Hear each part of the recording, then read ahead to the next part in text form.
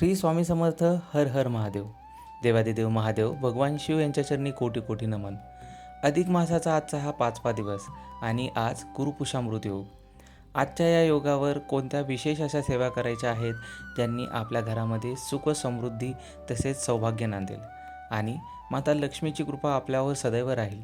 अधिक मासाच्या या पर्वणीवर कोणती अशी हजार पटीने फळ मिळणारी सेवा आपल्याला करायची आहे ते आज आपण या व्हिडिओमध्ये पाहणार आहोत. या व्हिडिओमध्ये आपण हळदीचे असे 10 उपाय पाहणार आहोत, जे उपाय केल्याने आपल्यावर असलेली विडा पिडा तसेच शाप ताप दैन्य सर्व दूर होईल व आपल्या जीवनातील तसेच आपल्या आध्यात्मिक आणि सांसारिक मार्गातील सर्व अडचणी दूर होऊन आपल्याला सौभाग्य लाभेल, आपल्या घरी आरोग्य लाभेल, हे आपण आज या व्हिडिओमध्ये पाहणार आहोत.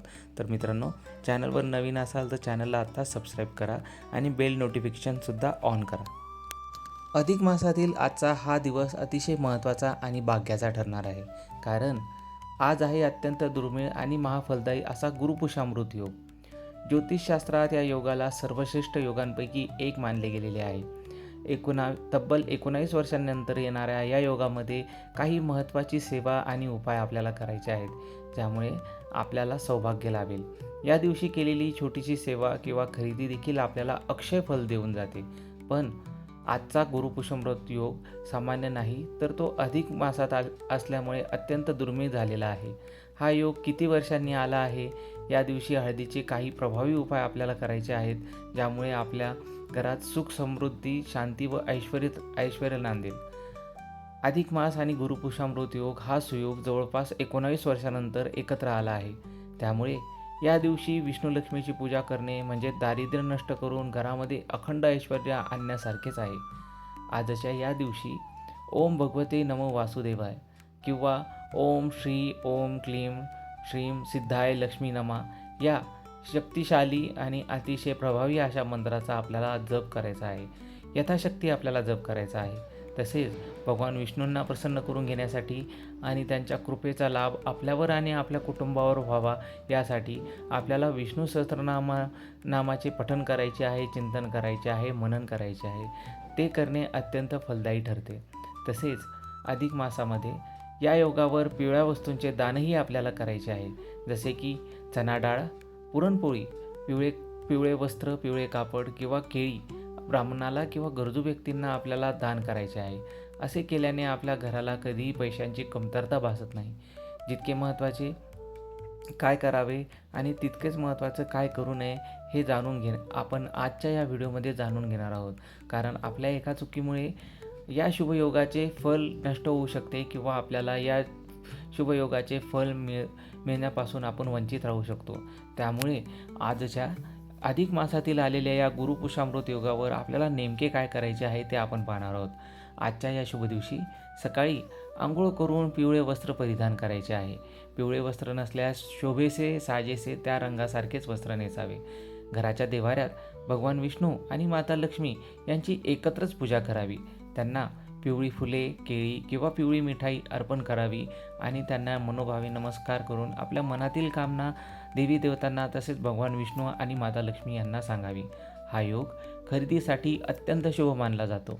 या दिवशी सोने, चांदी, नवीन वाहन, जमीन किंवा घर खरेदी करणे अत्यंत शुभ आणि फलदायक ठरते. जर मोठे बजेट नसेल तर किमान काही ग्राम चांदी किंवा नवीन भांडे किंवा पूजेचे साहित्य, धने वगैरे तुम्ही खरेदी करू शकता. त्यामुळे वस्तू खरेदीचा किंवा धान्य खरेदीचा मानही होतो आणि आपल्याला या योगात पुण्य लाभते. आज या दिवशी घरात कटकटी, वाद किंवा कोणाचा अपमान करू नये. विशेषतः घरातील महिलांचा, माता, बहीण, पत्नी यांचा सन्मान करावा. कारण जिथे क्लेश असतो तिथे माता लक्ष्मी कधीही राहत नाही, टिकत नाही. त्यामुळे आपल्याला आवर्जून या गोष्टी लक्षात ठेवायच्या आहेत की वादविवाद नको. आजचा संपूर्ण दिवस सात्विक राहावे. मांसाहार, दारू किंवा इतर व्यसन टाळावेत. शक्य असल्यास कांदा लसूण सुद्धा टाळावे. गुरुपुषामृत योगावर स्वतःसाठी खरेदी करणे शुभ असते, पण या दिवशी कोणालाही कर्ज म्हणून पैसे देऊ नये किंवा कर्जाऊ रक्कमसुद्धा देऊ नये. असे केल्याने धन परत येण्यास अडचणी निर्माण होतात किंवा अडचणी येतात आणि माता लक्ष्मी रुष्ट होते. या कारणाने आपण या दिवशी पैशाचे व्यवहार करताना विचारपूर्वक निर्णय घ्यावे. धार्मिक दृष्टिकोनातून अशा मोठ्या शुभ दिवशी शुभयोगावर या दिवशी दुपारी झोपणे टाळावे. यामुळे शरीरामध्ये नकारात्मक बदल होतात किंवा नकारात्मकता वाढते. याचा परिणाम थेट व्यक्तीच्या मनावर होतो. त्यामुळे आजच्या दिवशी दुपारी झोपणे टाळावे. 19 वर्षानंतर आलेल्या या अधिक मासातील गुरुपुषामृत योगाचा पुरेपूर लाभ घ्यावा. आज सकाळी उठल्यापासून भगवान विष्णू आणि माता लक्ष्मी यांचे स्मरण नक्की करावे. त्याचबरोबर या दिवशी आपल्याला हळदीचे काही गुप्त उपाय देखील करायचे आहेत, जे अतिशय फलदायक आणि पुण्यदायक आहेत. भगवान विष्णूंना हळदी अतिशय प्रिय आहे. या दिवशी जर तुम्ही काही प्रभावी उपाय केले तर घरात सुख आणि घराच्या सुखासाठी आणि समृद्धीसाठी, प्रगतीसाठी तर हे आपल्यासाठी खूप महत्त्वाचे ठरू शकतात.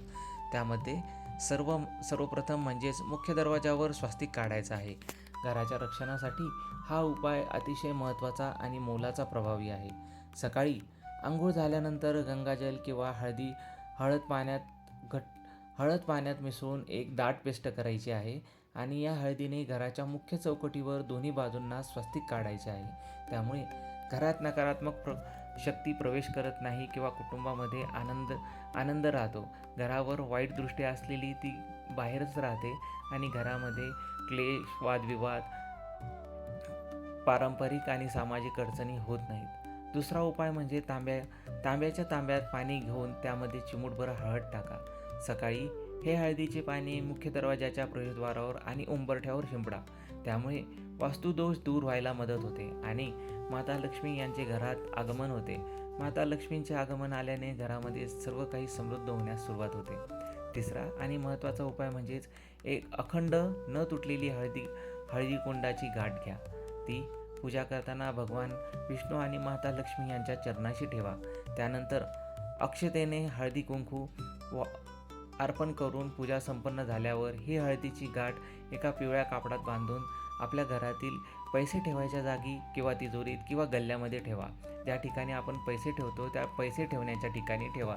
यामुळे वर्षभर आपल्या घरात पैशांची कमतरता भासत नाही. माता लक्ष्मी यांचा आशीर्वाद सदैव आपल्या पाठीशी राहतो व दुःख व दारिद्र्यापासून आपण विमुक्त राहतो. चौथा उपाय, घराच्या मुख्य दारात उंबरठ्यावर आतल्या बाजूने हळदीचे एक सरळ रेष ओढा. या उपायाने घरात येणारा पैसा विनाकारण आजारपण किंवा कोर्ट कचेऱ्या अशा विविध कामांमध्ये वाया न जाता पैशाची बचत होते व तो सत्मार्गी लागतो. यामुळे घरातील व्यक्तींची नक्कीच भरभराट होते. पाचवा उपाय म्हणजेच मुलांच्या कपाळावर हळदीचा टिका लावा. यामुळे आत्मविश्वास वाढण्यासाठी मदत होते. त्यानंतर पूजा झाल्यानंतर भगवान विष्णू भगवानांच्या चरणावरील हळद घेऊन ती मुलांच्या कपाळावर आणि कंठावर लावावी. यामुळे मुलांची एकाग्रता वाढते, त्यांचा आत्मविश्वास वाढतो. गुरुग्रहाच्या कृपेने त्यांच्या अभ्यासात व करिअरमध्ये यश प्राप्त होते व नोकरी व्यवसायाच्या ठिकाणी त्यांना बढती व उन्नतीचे तसेच चांगल्या मार्काने पास होण्याचे चान्सेस निर्माण होतात. सहावा उपाय, मुलांच्या अभ्यासाच्या मुख्य पुस्तकाच्या किंवा वहीच्या पहिल्या पानावर हळदीने छोटासा टिळा लावा. यामुळे अभ्यासात येणारे अडथळे दूर होतात आणि बुद्धी तलक होते. तसेच वाचलेल्या सर्व गोष्टी स्मरणात राहून योग्य वेळी त्यांचा उपयोग करता येऊ शकतो आणि परीक्षेमध्ये भरभरून यश प्राप्त होते. सातवा उपाय, एका छोट्या पिवळ्या सुती कापड घ्या. त्यात एक हळकुंडाची गाठ आणि ₹1 नाणे ठेवा. हे मुलांच्या अभ्यासाच्या खोलीत किंवा त्यांच्या कपाटाच्या सुरक्षित ठिकाणी ठेवा. हा उपाय केल्याने मुलांच्या प्रगतीचे मार्ग मोकळे होतात, तसेच त्यांना भरभरून यश मिळते. आठवा उपाय, कुटुंबातील सर्व सदस्यांनी अंघोळीच्या पाण्यात अगदी चिमूटभर हळद टाकून स्नान करावे. यामुळे शरीराची आणि मनाची नकारात्मकता दूर होते. तसेच कुटुंबातील सर्व व्यक्तींचे आरोग्य चांगले राहून दुर्धर आजार तसेच भविष्य काळात येणारा अपमृत्यू टाळला जातो. नववा उपाय, घरामध्ये जर सतत किरकोळ कारणावरून वाद होत असतील तर आज सकाळी गंगाजल एका थाळीत मिसळून पाणी घराच्या सर्व कोपऱ्यांमध्ये शिंपडा. यामुळे घरातील वास्तू शांत होते. वास्तुपुरुष यांचे आशीर्वाद घरामध्ये व घरातील सर्व सदस्यांना, सर्व कुटुंबातील व्यक्तींना लाभतात आणि सदस्यांमध्ये आपापसात प्रेमाची आणि एकोप्याची, आपुलकीची भावना निर्माण होते. 10वा उपाय, आज सायंकाळी तुळशीपाशी तुपाचा किंवा तेलाचा दिवा लावावा आणि तुळशी मातेला थोडी हळद अर्पण करावी.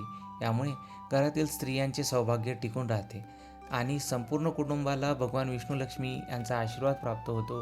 अखंड सौभाग्यासाठी हा उपाय अतिशय महत्त्वाचा आहे. त्यामुळे प्रत्येक सौभाग्यवती स्त्रीने आजचा हा उपाय आवर्जून करायचे आहे.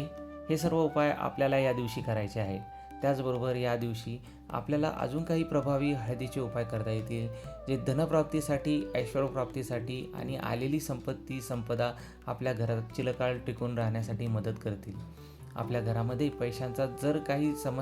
पैशांच्या येण्यामध्ये काही समस्या येत असतील, आलेला पैसा टिकत नसेल, आर्थिक चणचण दूर करण्यासाठी आणि व्यवसायात वृद्धीसाठी आपण हळदीचे काही प्रभावी उपाय आता पाहणार आहोत. त्यामध्ये तुम्हाला माता लक्ष्मी यांचे चरणाशी काही उपाय अर्पण करायचे आहेत. 5 अखंड हळकुंडाच्या गाठी ठेवायच्या आहेत. त्यावर लाल कुंकू आणि अक्षदा पूजा संपन्न झाल्यावर या 5 हळदीच्या गाठी एका लाल किंवा पिवळ्या रेशमी कापडात बांधून पोटली तयार करायची आहे. ही पोटली तुमच्या पैसे ठेवण्याच्या जागी, तिजोरीत किंवा कॅश बँकेमध्ये ठेवा. त्यामुळे तिजोरी कधीही रिकामी राहणार नाही. पुढचा म्हणजेच या दिवशी आपल्याला जर पैसा कुठेतरी अडकला असेल, व्यवसायात नुकसान होत असेल, तर आज एक लहान स्टीलची किंवा चांदीची वाटी घेऊन त्यात थोडी हळद मिसळून त्यात 1 रुपयाचे नाणे टाकायचे आहे आणि ती वाटी भगवान विष्णू यांच्या मूर्तीसमोर, फोटोसमोर ठेवायची आहे आणि आपल्या मनातील इच्छा देवाजवळ व्यक्त करून आपले अडलेली घराणी देवाला सांगून पूजा झाल्यावर ते नाणे तिजोरीत ठेवायचे आहे. ते पाणी घराच्या बागेत कुठल्याही झाडाला अर्पण करा किंवा तुळशी मातेला अर्पण करा. त्यानंतर आपल्याला एक कोऱ्या पांढऱ्या कागदावर हळदीने स्वास्तिक काढायचे आहे. त्या स्वास्तिकाच्या 4ही कोपऱ्यात थोडी अक्षता, तांदूळ ठेवून हा कागद अत्यंत आदराने आपल्या कपाटात, अभ्यासाच्या टेबलावर किंवा व्यवसायाच्या ठिकाणी कॅश काउंटरमध्ये ठेवायचा आहे. हा उपाय केल्याने पैशांची विनाकारण होणारी उधळपट्टी थांबते. तसेच धनसंचय होऊन पैशांची बचत व्हायला सुरुवात होते. आपल्याकडील विनाठायी होणारा खर्चाला आळा बसतो. आज भगवान विष्णू आणि माता लक्ष्मींच्या मूर्तीला किंवा फोटोला हळदीचा टिळा लावावा. त्यानंतर स्वतःच्या कपाळावरही त्याच हळदीचा टिळा लावावा.